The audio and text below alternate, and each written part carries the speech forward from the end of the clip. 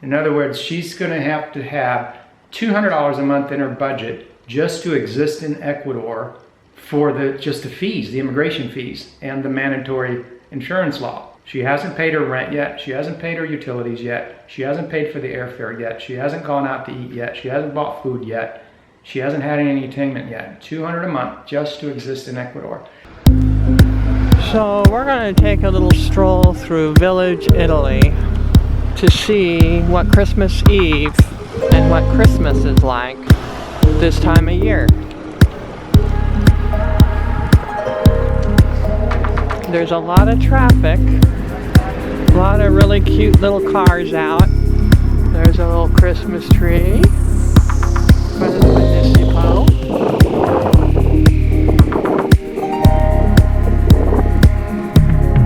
Hi, welcome to Retire Earlier or Retire Better, at home or abroad, whatever suits you best. A reader wrote in and asked us, is it still worth it to retire abroad to Ecuador? Now, the reader was kind of grumbling about some of the changes that have happened in Ecuador. So I kind of feel for this person that has written in asking about Ecuador. And by the way, we don't tell people go there or don't go there or anywhere. We also don't tell people you have to go abroad in order to retire earlier or better, or you have to stay at home to do it. So what we say is, you can have it any way you want if you know what you're doing. So, but I kind of feel for this person that wrote in because they're still set. Their mind is set on something while they're internally kind of fighting it. The person is unhappy about the changes. And what changes is that? Well, it's just all the fees, all the expenses that it takes now compared to just a few years ago, just a few short years ago, where, for example, for immigration, getting your permanent residency, it used to be, like when we went to Ecuador, that you could just do it yourself. All you needed to do was either know a little Spanish or have someone with you, not necessarily a lawyer or facilitator, but anyone that was bilingual that wanted to help you. And so back in those days, you could just show up, and yes, maybe you would have had to go back and forth several times, and it would have been the typical Latin American, slow-moving gears, but you would have been able to do it. And that was the case for just a short amount of time until all the crowds came in. As you know the story by now, if you've been following our channel, if you haven't subscribed, and but the money interests got involved once all the crowds came in from the RAM, promotions. Laws were passed and things changed to the extent that this person is really smart. They added up the costs, what with all the government fees and the this and the that and the mandatory, insurance and all this, and it comes out to like $200 a month, and she hasn't even started eating yet. In other words, she's going to have $200 a month in her budget just to exist in Ecuador for just the fees, the immigration fees, and the mandatory insurance law. She hasn't paid her rent yet. She hasn't paid her utilities yet. She hasn't paid for the airfare yet. She hasn't gone out to eat yet. She hasn't bought food yet.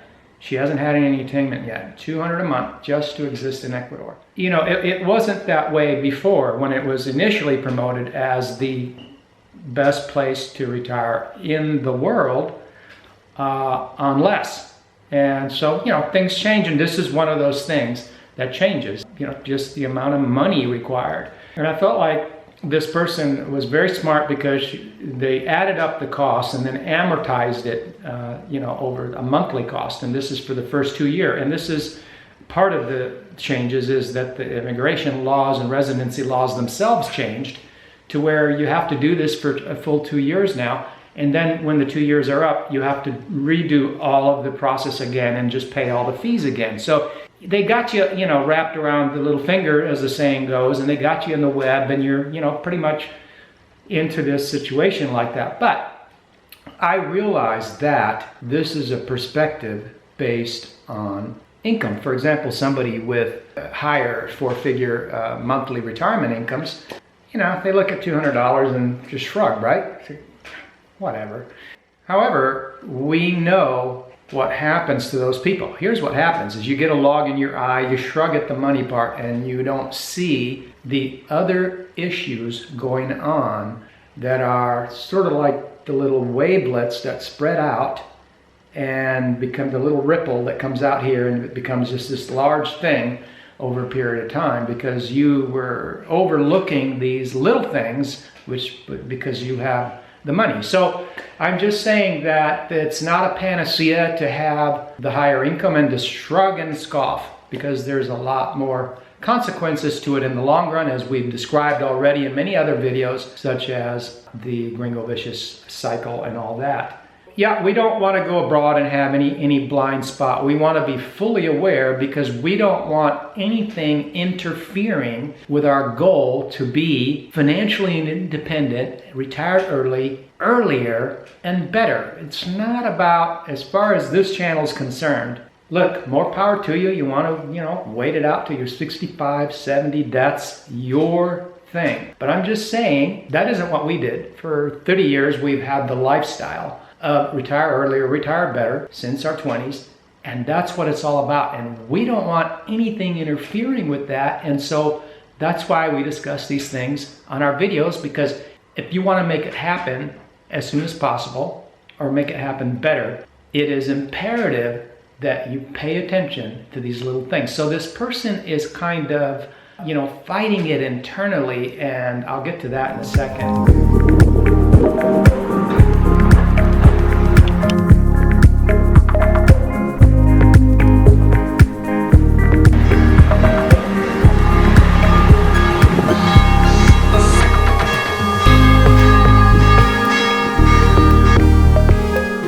Levels, some people might say, well, the safety levels, is it still safe? And you've got this constant thing from the media that's just downplaying things and sweeping under the rug. It's just par for the course. It's been going on for years, and it doesn't matter where you go on the surface, you will always have these excuses and these reasonings that say things like, well, it's still the safest country in Latin America. Really? Also, things like, people have asked, has the Venezuelan situation changed the safety in Ecuador?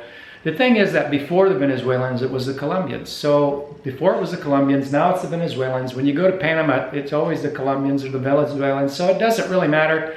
When you talk to people, it's always something, and it's just minimized. So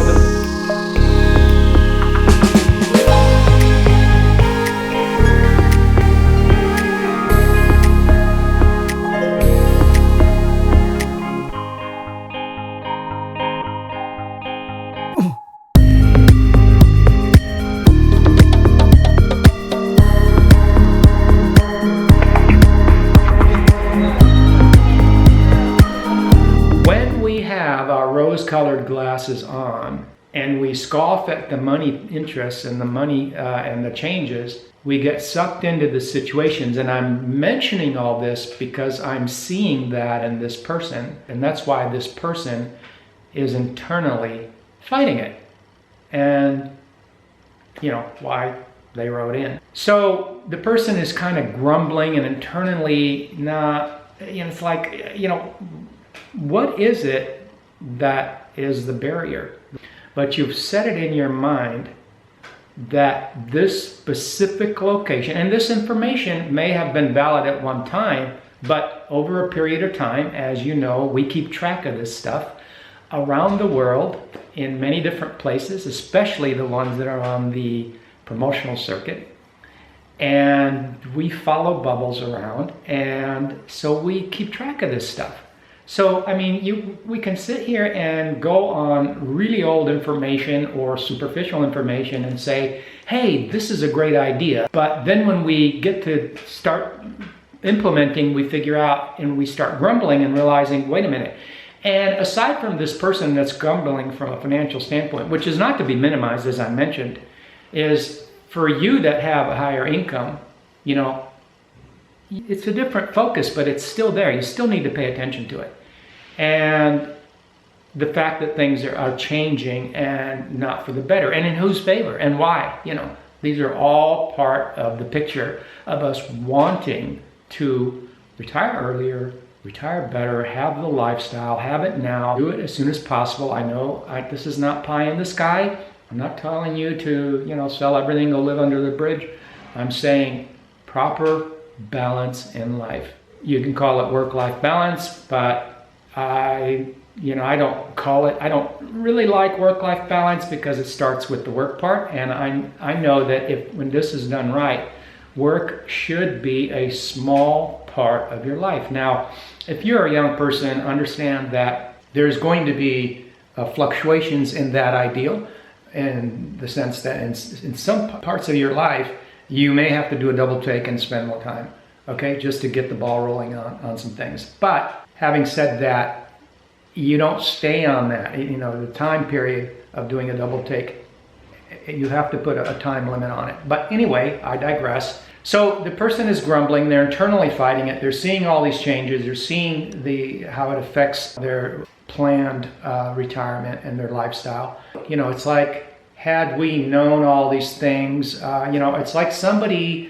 that doesn't really have a pulse on all the options that they have in this sphere where you want to have the early retirement lifestyle. And if you want to do it abroad and going to Ecuador, in this case. If she did have a pulse on what all of her options were, I'll tell you right now, she wouldn't be grumbling.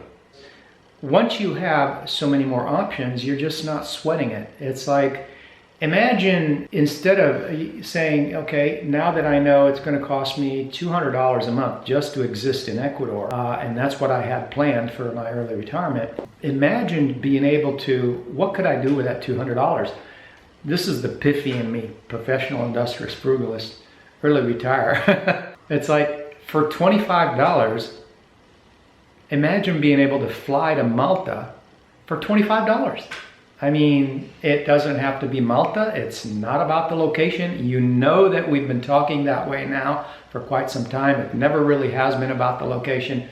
We did start out that way on this channel because we landed in Ecuador and we started doing videos about Ecuador, but we realized at a certain point that the best value we can offer our viewers is retire better, retire earlier, lifestyle, at home or abroad, whichever suits you best, and we say ASAP or right now. Yeah, instead of grumbling, once you have all the options laid out in front of you, then there's nothing to sweat because you're just like, okay, well, this is just one domino. It's just one small section. But when you make that particular plan the only option, when that option starts to show some cracks around the edges, you start sweating it. Why? Because there's nowhere to go. It's like that's the option that you set for yourself. And so knowing what your options are and having a lot of options at your disposal are just a major foundational point in being able to have this lifestyle. These guys right here are playing the pipes. Oh, okay. Something is going on.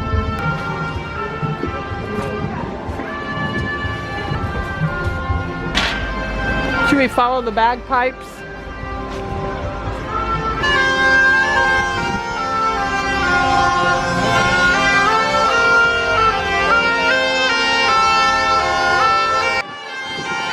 Village, Italy, Christmas time. That was it. That was the grand finale. Yep. Thanks for watching the video, and I'll talk to you soon.